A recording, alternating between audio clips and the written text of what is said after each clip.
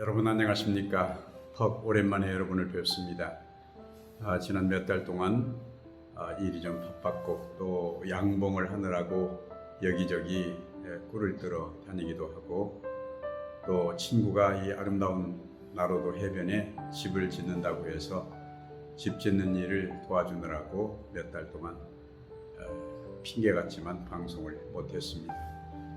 오늘 여러분들을 다시 뵙게 돼서 참으로 반갑고 하나님께서 여러분의 가정에 함께 하시기를 바랍니다. 잠시 기도드리겠습니다. 하늘에 계시는 자비하신 우리 아버지, 지난 여러 달 동안 매우 더웠지만은 하나님께서 우리를 잘 지켜주시고 건강하게 도와주신 것 진심으로 감사합니다. 우리가 하나님의 말씀으로 또 우리의 마음이 따뜻해지고 우리 생각이 다시 한번 주님을 향하도록 도와주시옵소서. 이 한 시간 이 방송을 듣는 모든 분들에게 하나님의 은총이 가득 내려 주시옵기를 예수님의 이름으로 기도드리옵나이다. 우리나라의 가을은 고추잠자리의 날개 위에 맨 먼저 오는 것 같습니다. 나무는 아직 푸르름이 넘치는데 고추잠자리는 벌써 단풍이 붉게 들었습니다. 넓은 호수인 줄 알고 하늘을 너무 높이 날아 저만큼 가을이 내려오는 곳까지 미리 갔다 온 모양입니다.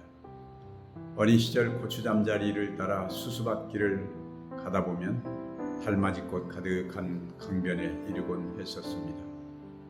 언제나 맑게 흐르던 냇가에 해지도록 앉아 석양 하늘에서 분무를 하는 고추잠자리를 바라보며 노을에 만취가 되어 어지러질 땅거미를 밟고 돌아오곤 했었지요. 우리 고향 어른들은 고추잠자리를 메밀잠자리라고 불렀습니다. 선악 너머 논다랭이에 매물이라도 숨고야 할란갑다. 매물잠자리가 벌써 설치는 것을 본게로 봄내 가물던 날씨가 비 한 번 후련하게 내려주지 않고 이제나 저제나 애를 태우다가 고추잠자리가 날기 시작하면 할 수 없이 선앙골 천수답에 먼지나는 흙덩이를 깨고 메밀씨를 뿌리기 시작을 했습니다. 그때쯤이면 일찍 된 고추밭에서는 고추가 잠자리 등처럼 붉어지기 시작을 합니다. 그때가 8월달입니다. 그래서 고추잠자리의 출현은 천수답이나 지어먹고 사는 가난뱅이 농사꾼들에게는 한숨과 기대가 엇갈리는 계절의 시작이었습니다. 벼는 심을 수 없지만 메밀이라도 심어서 땅을 놀리지 않았던 것이지요. 고추잠자리는 날씨가 더울수록 하늘을 높이 난다고 합니다. 더위를 피하기 위해서라고 하지요. 그리고 날씨가 시원해지면 낮게 날면서 하루살이 등 먹이를 사냥을 합니다. 더운 날씨에는 공중에서 계속해서 공중을 맴돌기 때문에 잠자리를 잡는 일이 여간 어려운 일이 아닙니다. 어린 시절에 연못가에 돌아다니며 시원한 물가에 갈대에 붙은 잠자리를 잡곤 했었습니다. 그런데 이놈은 온통 머리가 눈뿐이어서 앞뒤 어느 방향에서 접근을 해도 쉽게 알아차립니다. 머리를 빙글빙글 돌려가며 경계를 하기 때문에 눈치 못 채게 접근한다는 게 여간 어려운 일이 아닙니다. 그래도 잠자리는 잡힙니다. 뙤약볕에 발소리, 숨소리를 죽여가며 끈질기게 쫓아다니다 보면 그놈도 지쳐 방심하는 순간이 있는 것입니다. 어쩌다 알록달록한 호랑이 색깔의 장수잠자리를 한 마리 잡는 날이면 한여름 내내 자랑거리가 되곤 했었습니다. 그때 잠자리를 잡기 위해 발소리, 숨소리를 죽여가며 끈질기게 쫓아다니던 사냥 본능이 가끔은 살아가는 데도 도움이 되기도 합니다. 그런 집념과 끈기가 있다면 세상에 안 될 일도 별로 없겠지요.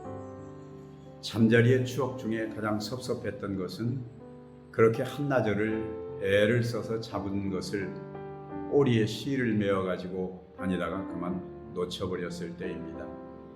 아차하는 순간에 실까지 달고 푸른 하늘로 날아가 버린 잠자리를 따라 앞산 잔등을 넘어 저 아래에 있는 저수지까지 따라갔지만 야속한 녀석은 저수지 저 너머로 사라져 버리는 것입니다.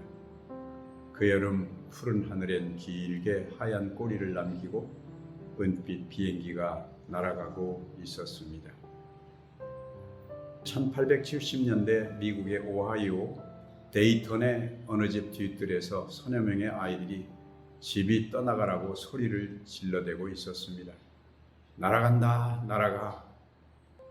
이 소리가 한두 번이 아니고 오후 내내 반복되는 것을 듣고 궁금해진 이웃들이 도대체 뭐가 날아간다는 말인가 하고 기웃거리기 시작을 했습니다. 어린 윌버와 오빌 두 형제가 여동생과 아버지 그리고 몇 명의 아이들과 함께 장난감 비행기를 만들어 공중으로 날려보내고 있었습니다. 그들의 함성 소리는 하늘 높이 솟아오른 장난감 비행기만큼 높이 들썩거리고 있었습니다. 이들이 바로 인류 최초로 동력 추진기를 달고 사람이 타고 조종할 수 있는 비행기를 만들어 하늘을 나는 데 성공한 라이트 형제입니다. 자전거 포를 하는 가게를 하면서 끊임없이 연구와 실험에 몰두하여 하늘을 향한 인류 최초의 발걸음을 내디딘 것입니다. 그러나 그것은 결코 하루아침에 된 것은 아니었지요. 모형 비행기로 200번 이상의 실험을 하고 최초의 동력 비행기 조종을 선보였던 키티 호크에서 1000번 이상의 글라이더 시험 비행을 한 끝에 이루어진 일이었습니다. 인간이 발명한 것 중에 가장 대단한 것이 있다면 하늘을 날 수 있는 비행기를 만들었다는 것이라 생각합니다. 라이트 형제가 비행기를 만든 것이 잠자리나 새를 보고 날고 싶은 충동 때문이었을 것이라고 짐작을 하는 사람들은 아주 많이 있습니다. 오래전 김대중 전 대통령께서 쓴 새로운 시작을 위하여라는 책은 실패에 좌절하지 않고 지치지 않는 열정을 가지고 가치 있는 삶을 창조하려는 의지를 가진 수많은 사람에게 크게 격려가 된 책입니다. 1992년 대통령 선거에서 패배한 후 그는 정교회를 은퇴하고 영국의 케임브리지 대학에서 연구 활동을 한 적이 있습니다. 그때 바로 유권자를 의식하지 않고 그의 삶의 솔직한 고백으로 내놓은 것이 바로 이 책입니다. 그는 이 책의 서문에서 이런 말을 하고 있습니다. 내가 비록 정치는 떠났지만 모든 것을 포기한 것은 아닙니다. 인생이라는 것은 죽는 순간까지 도전과 응전의 숙명을 벗어날 수가 없습니다. 이 도전의 끝까지 응전해 가는 사람은 성공적으로 산 사람이라고 생각합니다.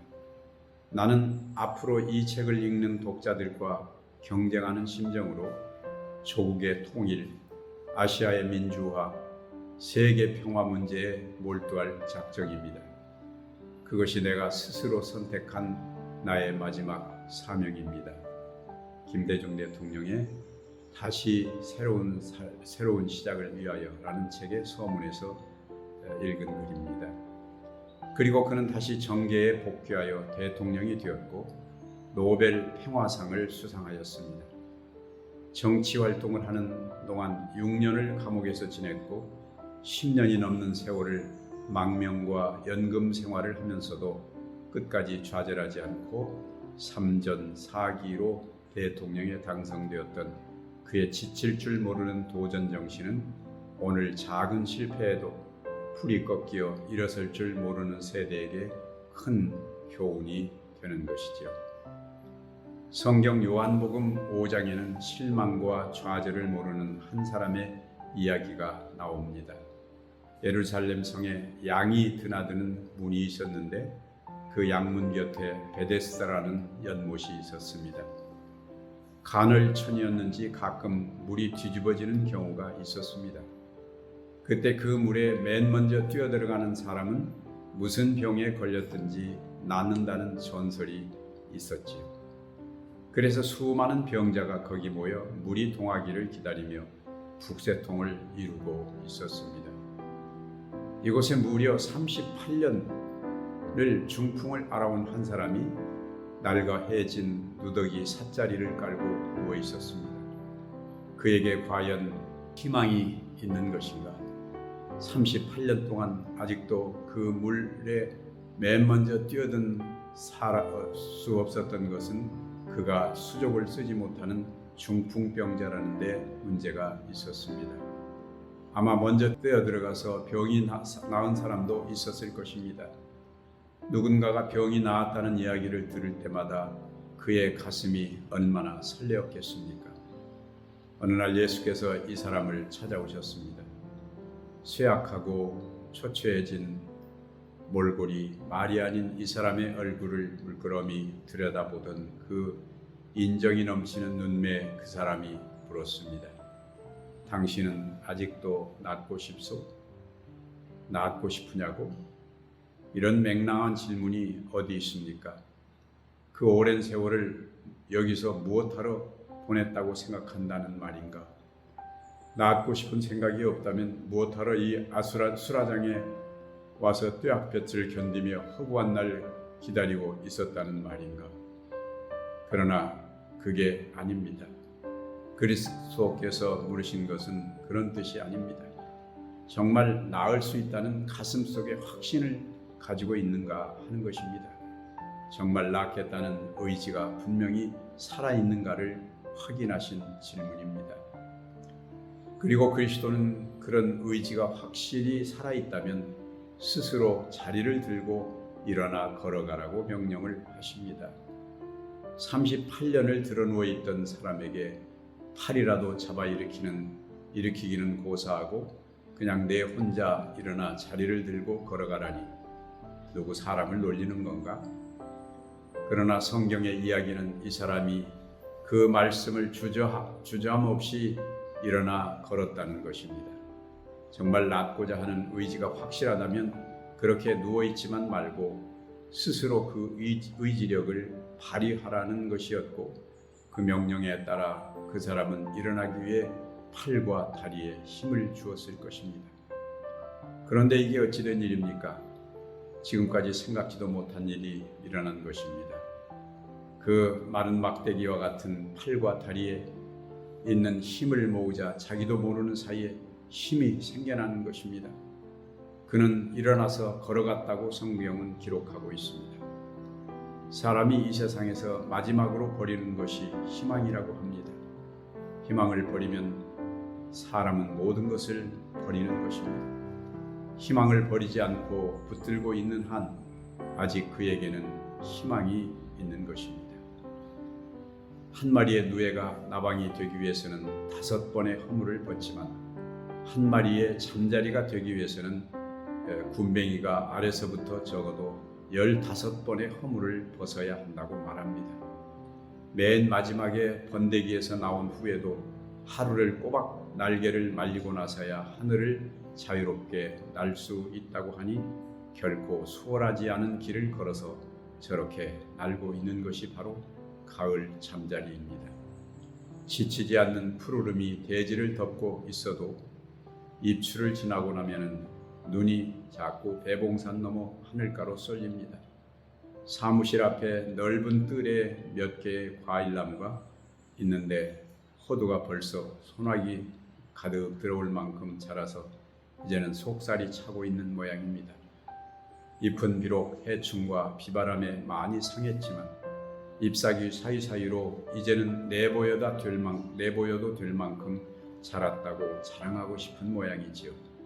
무더위와 장마에도 바람과 병충해에도 실망하지 않고 좌절하지 않고 굳세게 참고 싸워온 모든 것에게 하나님이 보람과 기쁨을 주는데 인색하지 않은 가을이 오고 있는 것입니다. 희망을 잃지 말고 다시 한번 새롭게 힘을 내서 여러분의 건강 또 여러분이 가진 문제를 해결하시고 인생의 희망을 찾게 되시기를 간절히 바랍니다. 바랍니다. 기도드리겠습니다. 자비하신 하늘에 계신 우리 아버지, 오늘 고추 잠자리를 통하여 다시 한번 우리에게 절망하지 말아야 할 것을 가르쳐 주시니 감사합니다. 한 마리의 애벌레가 15번의 허물을 벗으면서 고추 잠자리가 되어서 하늘을 납니다. 우리도 이 세상 살면서 절망과 좌절의 허물을 벗고 끊임없이 다시 태어나서 한 번은 인생을 아름답게 하늘을 나는 그런 경험을 할 수 있도록 도와주시옵소서. 오늘 또 이 방송을 듣는 모든 분들의 가정에 복을 주시고 그들이 아름다운 꿈을 가지고 이 좋은 가을을 아름답게 살 수 있도록 도와주시옵소서. 주님의 은혜가 모든 분들에게 함께하여 주시옵기를 예수 그리스도의 이름으로 간절히 기도드리옵나이다. 아멘.